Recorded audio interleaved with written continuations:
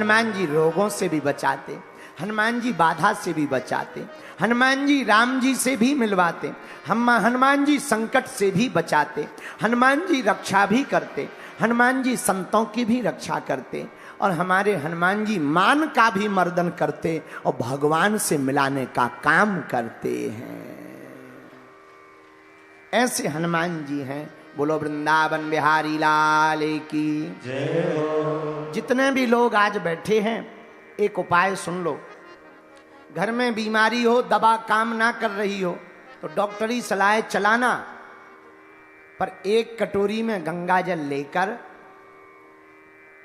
कटोरी के गंगा जल को दाहिने हाथ पर रखकर जो भी साधक नासे रोग हरे सब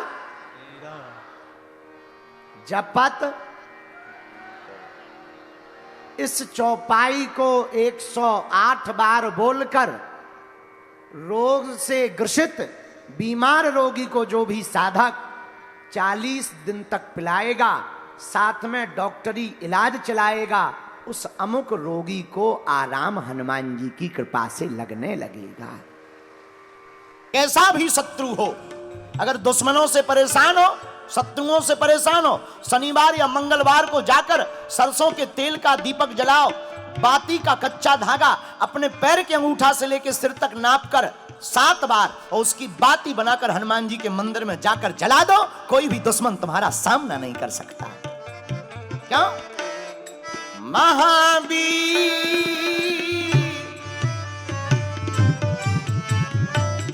महावीर विक्रम बजरंगी, महावीर विक्रम बजरंगी, विक्रम बजरंगी, विक्रम बजरंगी, विक्रम बजरंगी, विक्रम बजरंगी, विक्रम बजरंगी, विक्रम बजरंगी, विक्रम बजरंगी, विक्रम बजरंगी।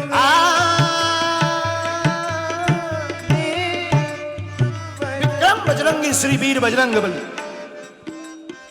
जिनके सामने बड़े बड़े राक्षस टिकते तो दूर की बात है, सामना नहीं कर पाते। और कैसी भी बाधा हो, हनुमान जी का नाम जो ले उसकी सब बाधाएं मिट जाती, क्योंकि भूत पिशाच निकट नहीं आवे, भूत पिशाच निकट नहीं आवे, महावीर जब नाम सुनावे, महावीर जब नाम सुनावे, श्री राम जय राम जय जय राम, श्री राम जय राम जय जय राम, श्री राम जय राम जय जय राम, श्री राम जय राम जय जय राम। विक्रम बजरंगी महावीर विक्रम बजरंगी। बजरंग देह वाले श्री हनुमान जी महाराज। अब बजरंगी पर चर्चा करें। अच्छा, इनका नाम बजरंगी क्यों पड़ा? बजरंग बली, इनको क्या कहते हैं? बजरंग बली। जय हो हनुमान जी, जय हो प्रभु, जय हो जय हो जय हो, जय हो। क्या कहना। अच्छा, इनको बजरंगी क्यों कहते हैं?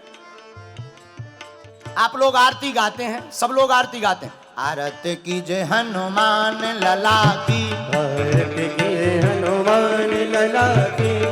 अच्छा, आप लोगों ने कभी विचार किया कि लला क्यों कहते हैं? ये है अंजनी के लाल, इसलिए इनको सब लोग लला कहते हैं। लला माने होता छोटा, लेकिन हमारे बुंदेलखंड में महाराज जी हनुमान जी को कुछ और कहते, बब्बाजू। क्या कहते हैं इनको? बब्बाजू। हमारे बुंदेलखंड में हनुमान जी को बब्बाजू कहते हैं। हनुमान जी को बब्बाजू क्यों कहते हैं? क्योंकि हम लोग ना है महाभारत में जो हनुमान जी वृद्ध बने थे उस समय की पूजा करते हैं, लेकिन गोस्वामी जी ने नाम लिखा बजरंगी। बजरंगी क्या है? जिनका शरीर वज्र के समान कठोर है, जिनका शरीर का अंग वज्रांग है, जिनके शरीर पर देवताओं का वज्र का भी प्रहार ना हो, प्रकृति का भी प्रहार ना हो, यौवन का भी, वृद्धपन का भी प्रहार ना हो, ऐसी देह के जो मालिक हैं उन्हीं का नाम बजरंगी है। जिन्हें ना बुढ़ापा आवे, ना बुढ़ापा सतावे, इस ऐसी देह के जो मालिक हैं उन्हीं का नाम महावीर विक्रम बजरंगी महावीर गाइए विक्रम बजरंगी।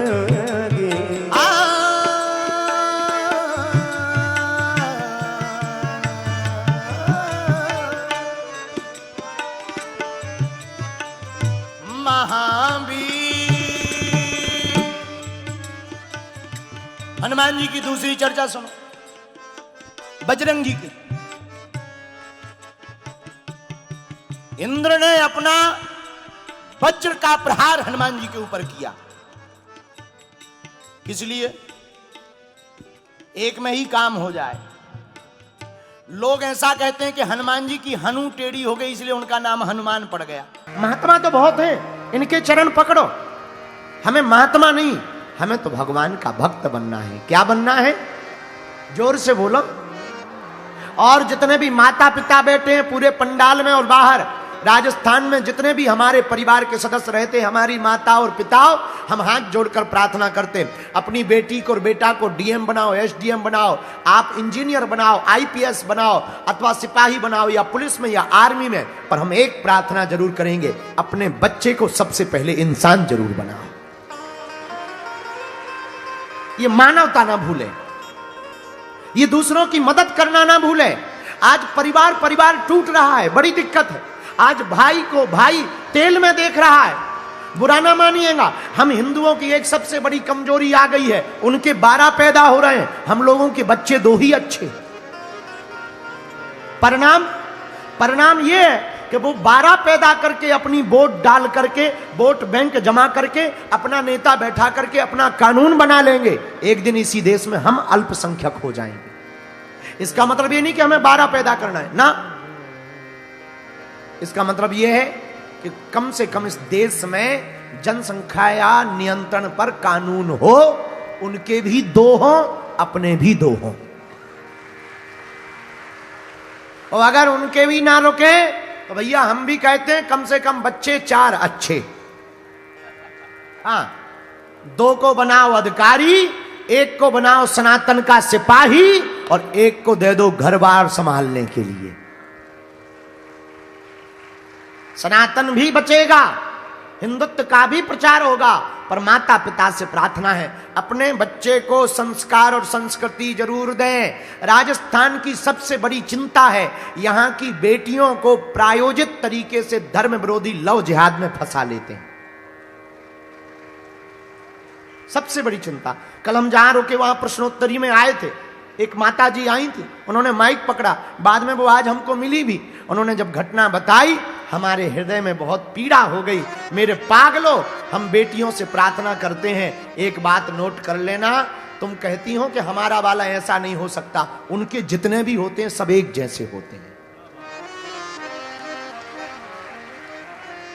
हमको अपने बेटी और बेटा को इतने संस्कार देना है, रामचरितमानस, गीता, पुराण, महाभारत, इन पाठ को बचपन से ही इसलिए इतना पढ़ाना है ताकि हमारे बच्चे संस्कृति से हीन ना हो जाएं। हमारे बच्चे रोटी कमा खा लेंगे, पर अगर तुम इंसान नहीं बना पाओगे तो डिप्रेशन में आत्महत्या कर लेंगे। इसलिए अगर बच्चे को संस्कृति दोगे, संस्कार दोगे, बच्चों की परवरिश संस्कृति के साथ होगी, तो वो, हम तो कहते हैं, इस्लामिक राष्ट्र में भी रहेंगे तब भी हिंदुत्व को नहीं त्यागेंगे।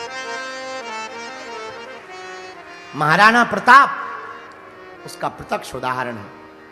अनेक राजा ऐसे हुए जिन्होंने तन त्याग दिया, सिर कटवा लिया, पर सनातन धर्म को नहीं छोड़ा।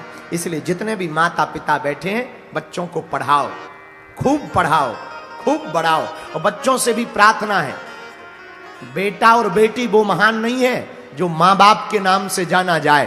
बेटा और बेटी तो वो महान है जिनके नाम से मां बाप को जाना जाए।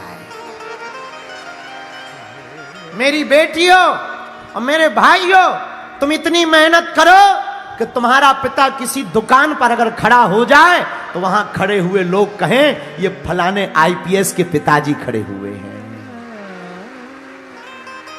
ये अमुक की मां खड़ी हुई है। ताकि तो तुम्हारे माता पिता का गर्व से सीना चौड़ा हो जावे। बेटा और बेटी वो महान नहीं है जो माँ बाप के नाम से जाना जाए। तुम धक्का मुक्की करके कितनी भी सेल्फी ले लो बड़े बड़े लोगों के साथ में, पर सेल्फी लेने से कभी भी व्यक्ति फेमस नहीं होता, खुद का किरदार ऊंचा करना पड़ता है। स्वयं का किरदार ऊंचा करोगे तभी लोग पहचानेंगे। इसलिए जितने भी माता पिता आज आए हैं, रामायण जरूर पढ़ाओ। हम लोग पुराने जमाने, अभी कुछ साल पहले तक, 10 से 12 साल पहले तक सब पूरा परिवार बैठ करके रामायण सुनता था। हर घर में रामायण होती थी। आज घर घर का दुर्भाग्य है, जब से टीवी आ गई और आगी लगी बीबी आ गई, बड़ा लफड़ा हो गया टीवी के। अब आजकल तो टीवी भी गायब हो गई। अब आजकल जो चल गो मोबाइल, इसने इतना खतरा कर दिया। छोटे छोटे बच्चे जब तक डोरेमोन देख नहीं लेते हैं तब तक खाना नहीं खाते।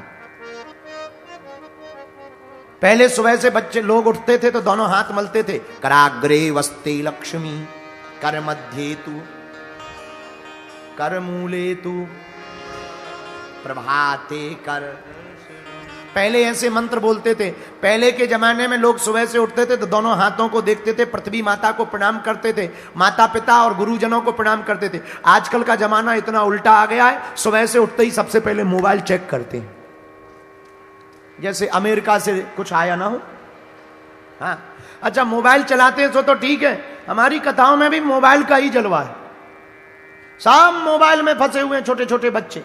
हम मोबाइल के विरोधी नहीं हैं, हम सिर्फ इतना कहना चाह रहे हैं, जितने लोग यहां पर बैठे हैं, बच्चों मोबाइल बाद में चला लेंगे, रील बाद में देख लेंगे, पहले अध्ययन पर ध्यान दो, अपनी प्राचीन संस्कृति पर ध्यान दो, गीता को पढ़ो, रामायण को पढ़ो, ताकि धर्म विरोधी अगर हमारे धर्म के खिलाफ बोले तो हम उन्हें रामायण से जवाब दे पावे। 5 दोहा भले ही पढ़ो। हम अपना निजी अनुभव बताते हैं। हमने 12वीं तक पढ़ाई की, बीए हमने प्राइवेट की, पर 12वीं तक स्कूल तो कम जा पाए क्योंकि हमारी अब व्यवस्था ठीक नहीं थी। पिताजी कुछ करते नहीं थे तो हमको कर्मकांड आदि आचार्यों के साथ सेवा करने जाना पड़ता था। कभी अनुष्ठान में बैठ जाते थे, कभी साधना में बैठ जाते थे, कभी दरबार में फंस जाते थे, कभी अर्जी लगाने में फंस जाते थे। पढ़ाई तो हम कम कर पाए, लेकिन हमने प्रतिदिन अपनी माता जी की आज्ञा के कारण रामचरितमानस को पढ़ा।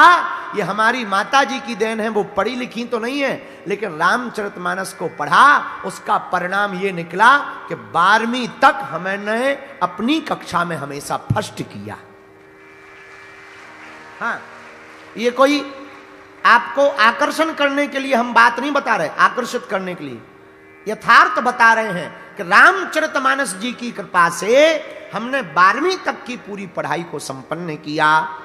इसका मतलब ये नहीं है कि तुम अपने विषय छोड़ करके कल से रामायण भर पढ़ो, ना ना ना, अपने विषयों को पढ़ो, विज्ञान को पढ़ो, अंग्रेजी को पढ़ो, संस्कृत को पढ़ो।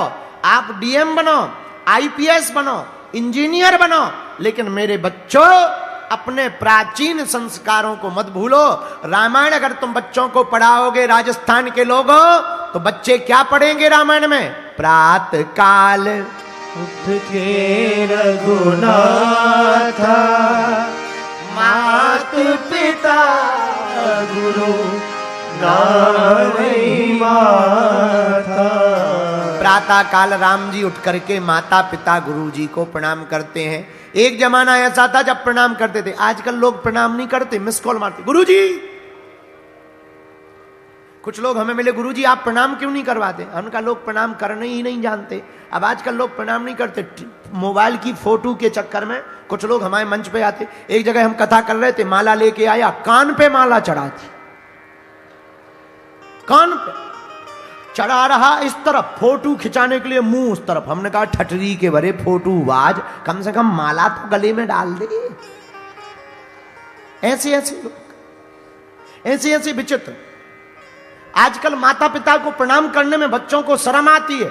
जो भी बालक माता पिता को प्रणाम करता है उसकी 4 चीजें बढ़ती हैं, ये शास्त्र ने कहा। आयुर्विद्या यशो बलम चत्वारि तस्य वर्धन्ते। आयुर्विद्या यशो बलम, आयु, विद्या, यश और बल, जो बालक माता पिता गुरु को प्रतिदिन प्रणाम करेगा उसकी ये 4 चीजें प्रतिदिन बढ़ने लगेंगी। इसलिए माता पिता गुरुजनों को प्रणाम करो। हिंदुओं को मस्तक पर तिलक लगाना चाहिए। कुछ लोग पूछेंगे तिलक क्यों लगाना चाहिए?